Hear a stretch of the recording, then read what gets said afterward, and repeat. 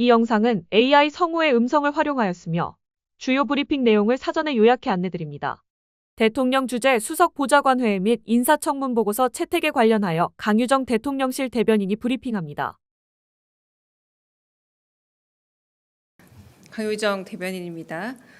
오늘 오후 이재명 대통령은 수석 보좌관 회의를 주재하며 민생 문제의 해답은 책상이 아닌 현장에 있다고 언급했습니다. 특히 일상과 직결된 주거, 교통, 양육, 교육, 문화, 통신, 에너지 등 7대 핵심 민생 부분에 대한 과감한 생활비 절감 대책 수립을 강조했습니다. 이런 기조 아래 오늘 회의에서는 국민 생활비 부담 경감 방안에 대해 집중 논의되었습니다. 우선 국민 생활비 부담 현황이 보고되었습니다.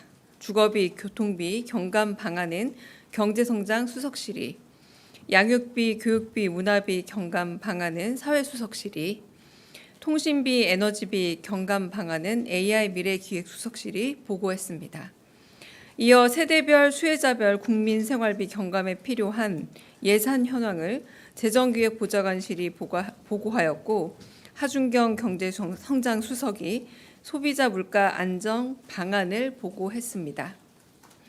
이 대통령은 특히 원룸이나 다가구, 복합주택 등에서 발생하는 깜깜이 관리비 문제에 큰 관심을 보이면서 관리비 명목으로 부당이득을 취하는 건 범죄라고 지적했습니다. 이를 해결하기 위해 집합건물 관리체계의 민주적인 구성과 실태조사, 제도 개선 등이 필요하다면서 당장 해결할 수 있는 일을 비롯해 종합적인 해결 방안을 검토하라고 지시했습니다.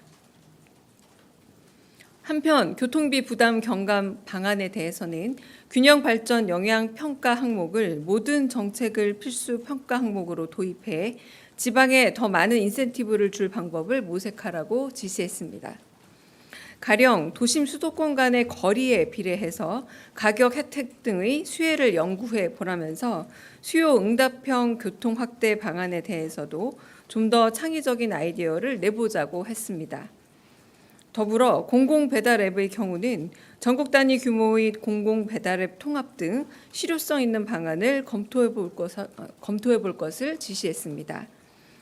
양육비, 교육비, 문화비 경감 방안에 대해서는 첫째와 둘째 아이의 출산 양육 지원 제도에 비해 셋째 이상의 자녀 가정에 대한 지원 제도가 상대적으로 적은 것은 아닌지 살펴보고 전수조사해 보고하라고 지시했습니다.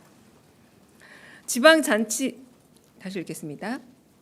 지방자치단체장 시절부터 관심이 있었던 데이터 안심 옵션 전면 도입 개선 방향에 대해서는 기본통신권이라는 쉽고 편한 이름이 더 적합한 게 아니냐라고 직접 제안하기도 하셨습니다. 특히 소비자 물가 안정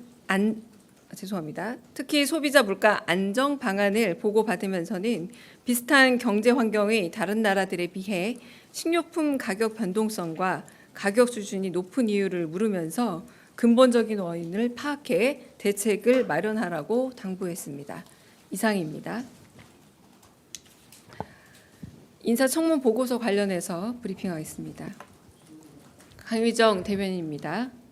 지난 9월 8일 이재명 대통령과 여야 당대표 회동을 통해 큰 통합의 정치와 협치에 대한 새로운 전기가 마련되었습니다.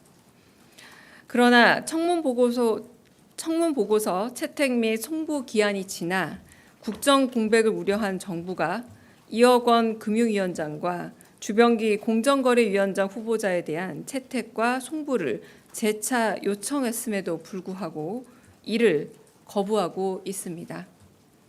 두 후보자는 청문회를 통해 소관 분야에서의 자질과 역량을 충분히 검증받았습니다. 청문 보고서 채택을 거부하고 송부하지 않는 것은 대통령과 여야 당대표의 회동이 이뤄낸 협치의 의미를 퇴색시키는 것으로 매우 유감스럽게 생각합니다. 이상입니다. 혹시 질문 있으실까요? 네. 네, 대변인님 기자회견 고생 많으셨습니다. 네. 아시아경제 송승섭입니다. 오늘 대통령께서 기자회견 중에 대주주 양도세 문제 언급을 하실 때 원안을 고집할 필요가 없다 하시면서 국회 논의에 맡기도록 할 생각이다 이렇게 말씀을 주셨는데요. 근데 사실 이게 정부 시행령 개정 사항이라서 대통령께서 결정하시면 되는 문제인데 그러면서도 좀 국회에서 어떤 논의를 더 지켜보고자 하신 것인지 궁금하고요. 이게 대주주 양도세 기준을 50억 원 유지하기로 이제 결정이 확실히 된 것인지 좀 궁금합니다. 네, 제가 좀 말씀을 그냥 해석을 하는 차원에서 제 짐작과 해석을 말씀을 드리자면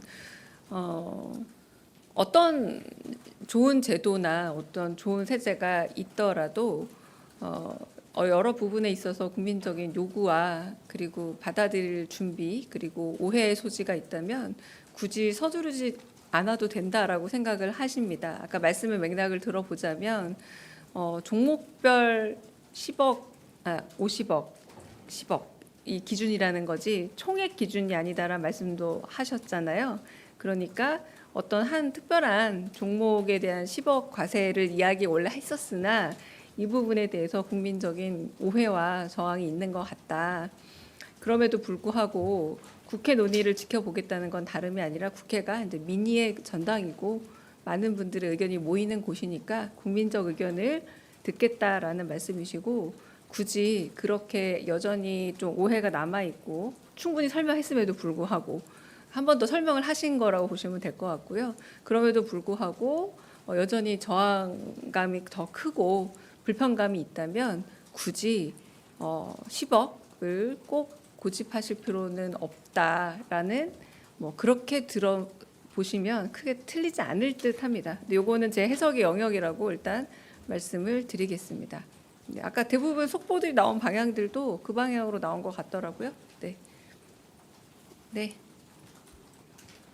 네, 저 TV조선의 최민식입니다. 그동안 당의 설명을 들어보면 이제 신문과 방송과 같은 레거시 미디어는 언론중재법으로 이제 징벌적 손배제를 도입을 하고 유튜브는 정보통신망법을 통해서 도입을 하자고 했었는데 오늘 대통령님 말씀을 들어보면 언론중재법을 건드리지 말고 이제 배상 제도를 도입하자 이렇게 말씀을 하셨거든요. 그럼 이게 정통법을 통해서 이게 다 함께 규제하는 게 맞는지 궁금하고요. 그리고 중과실에 대해서는 이제 손배를 해서는 안 된다고 또 말씀을 하셨는데 이게 당과도 좀 논의가 된 것인지 궁금합니다.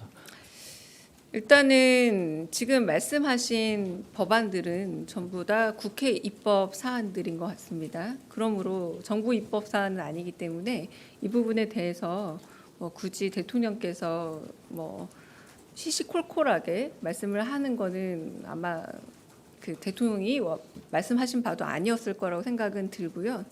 전체적인 방향에서 조금 해석을 하자면 일종의 징벌적 배상 제도가 있는 다양한 국가들을 보더라도 특정한 어떤 분야에 대한 징벌적 배상 제도가 있다라기보다 일반법 내지는 상법 안에서 이 배상을 정하는 경우가 많이 있습니다. 징벌적일지언정 그런 부분에 있어서 분명히 악의적이고 고의적으로 조작된 허위 뉴스일 경우 특히 지금은 아까 말씀하신 것처럼 과거 우리가 전통적으로 언론이라고 해서 이제 문체위, 문체부에서 다루는 영역에서 다루는 그 고전적인 언론 영역에서보다 오히려 새롭게 등장한 미디어를 통해서 뉴미디어에서 확산되는 경우와 위험성이 훨씬 더 높지 않느냐라고 말씀을 하셨던 거고 그런 부분에서 큰 뜻을 말씀을 다시 드리자면 어쨌든 누군가에게 고의적으로 해를 미치는 행위에 대해서는 징벌적 배상이 가능하지만 그것이 반드시 언론중재법이라는 작은 법 안에서만 해당되는 일은 아니다라는 게 좀 뜻에 가깝다고 보입니다. 말씀하신 여당안이 어떻게 확정이 될지 그리고 과실, 중과실 그리고 한편으로는 지금 말씀하신 그 징벌적 손해배상 이런 것들이 정확하게 어떤 법안에 들어간다라는 건 국회에서 논의되는 게 맞습니다. 그리고 대통령은 이 부분에 있어서 혹시라도 언론만을 염두에 두고 이 법안이 만들어지고 있다라는 것에 대한 오해는 없었으면 좋겠다. 라는 그런 의사를 표현하셨다고 보면 될 듯합니다. 네.